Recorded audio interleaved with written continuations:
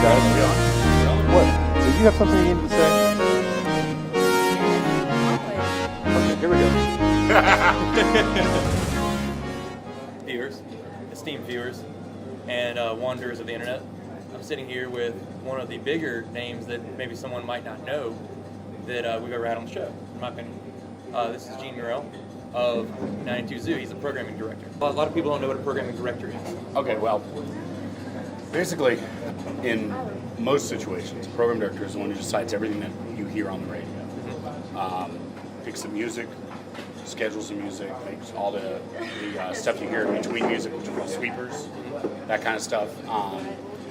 Heads up promotions, make sure, works with the promotions department, with the sales department, make sure everything goes off, and basically tries to keep the station going and keeping people interested, making it compelling.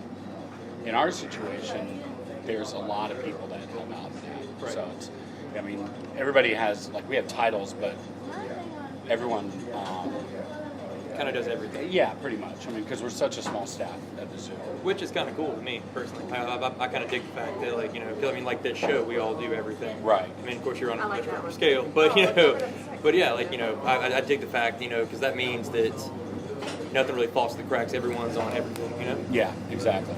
And we have a good team. Emily is a huge part of it, as well as. But they're nice hat. Yeah, I love the hat. I do too. She's wear that every day. I feel the same exact way. She's wear it when she's on the air. Maybe she'll listen to you. She won't listen to me. I'll make her wear it. I'll should. just say, Emily, you have to wear it. And you should. And Tim and Leanne, Tim Camp, who's one of the owners, and is also the operations director, oversees both stations because we have a sister station, which is WNSB. Right. Which is all my dad listens to. He loves that station. Actually advertised on that station. Oh, yeah? Yeah. Yeah, I have friends that don't turn it off all the time. He loves it. We have Leanne Waters, who's also married to Tim, and she's our music director this afternoons. And a new guy, Pablo, who used to be on ABB, is now our morning guy after Tony decided he needed to do something else. He took off, and he's been wandering. I don't know where he is now. So how did you get the gig of being the programming director?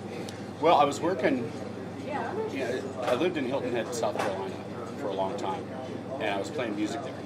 And when the gigs slowed down the winter there, because it's very seasonal, rather than go crazy and not do anything and stay at home, play PlayStation, that type of, PC games, I went back into radio, which I did 20 years ago when I was in college and high school, and fell in love with it and started just wanting to do more and more. A lot of what, Emily and I were talking about this day, a lot of the same thing. It's, always showing up, always being a part of it, trying to find something to do, and through that I ended up getting into programming, which I never thought would happen.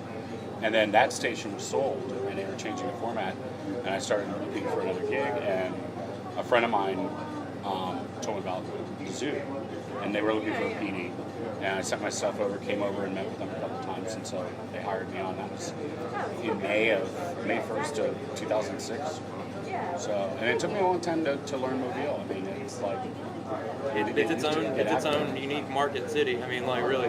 It's funny, man. It's like when I was a kid, people were like, California is where I wanted to live. South Carolina really wasn't on my list. It was way down. It's like, oh, well, maybe.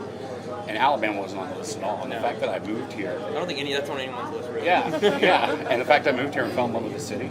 And I did. The city is so embracing. You can't help but fall in love with it. There's so much going on. This is what you guys are doing is very, very cool. There's a great arts community happening and a great music scene.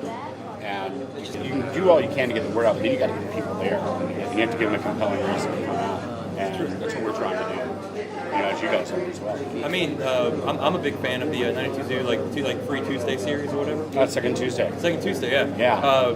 That's given a lot of bands a decent break, like Morris Minor, El Cantador, for example. Mm-hmm. I think maybe Greg Fells did one. No, he hasn't, but I've talked to him about doing one next spring.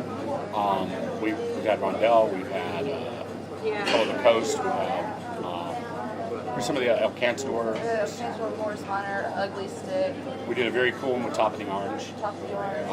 We had Pete coming up this week. Modern Eldorados. Yeah, just to get these people up, and it gives them an hour of free time on the radio to do their original stuff.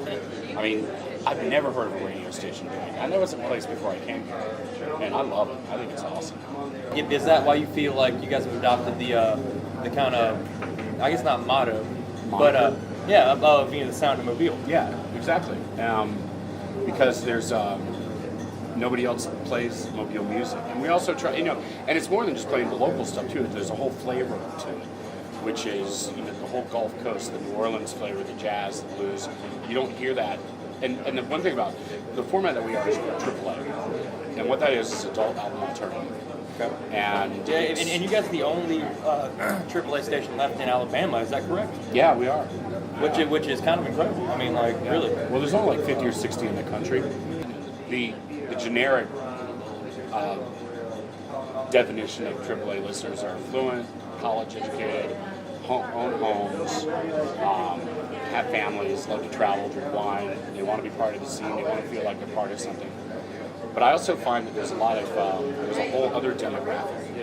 I mean, like just college age. Yeah, I was about to say, not to interrupt you, but a good majority of my friends do not listen to the radio except when they're at work. And when they're at work, there are various places, at Doughboy Pizza being one of them, like various places they work, restaurants mostly, are playing 92 Zoo. And I hear a lot of people that are music snobs, music, like just don't want to listen to the radio, period, going, the Zoo kind of is kicking today, that's really saying something, honestly. I mean, like a lot of people that hate, want to hate the radio are enjoying listening to your radio station. And try. I mean, how do you decide what gets played? Well, there's a lot that goes into that. We were consultants, and we study charts, we study trends. I mean, it's a whole science behind it. I mean, we're getting tunes. I mean, we get 50 to 60 CDs a week, and you get from I'm assuming record companies. Everybody. Everyone. Yeah, I mean, from big labels to independents to small mom and pop shops to some kid down the street who recorded something in his bedroom. Yeah. And to go through all of that music, I mean, it's that's a job in itself. Right. As far as local stations go, you get your WB, your TK 101 that are playing things that are popular, I guess, in the South, but really just the bumfuck of music. I mean, as a whole. I mean, like just nothing What to do we it. call Puddle of Creedleback? Puddle of Creedleback. You sum something up. I mean, fans of Wilco got really upset with Wilco because they felt like the band was selling out because they're on a carpool. Fans of Weezer right now are trying to do a campaign to pay the band so they won't make an album. So they'll make an album like they used to. Well, you realize it's a business. These guys are trying to make a living. Agreed. But do I think radio's dumbed down? I think that radio right now is in a really bad funk. There is, people aren't getting their music on the radio anymore. They're not turning the radio. Listenership is so far down. So they're trying to do whatever they can to get as many people as they can. So in a sense, yes, I mean, that's where you could say they've dumbed down because they're trying to go for the majority of the people. In a niche format like ours, we're trying to get as many as we can but without going that far. Yeah. You guys have the best chance of lasting because you're doing something different in the city. I sure hope so. I do too. And that's what we're going for. Gene, thanks for coming on, man. Thank you so much. Thanks for talking to me. Appreciate it. Thanks, you guys. This has been Gene Murrell. Hi. Chris Skoda. That's Emily over there with the nice hat. And you've been watching Mobilian TV.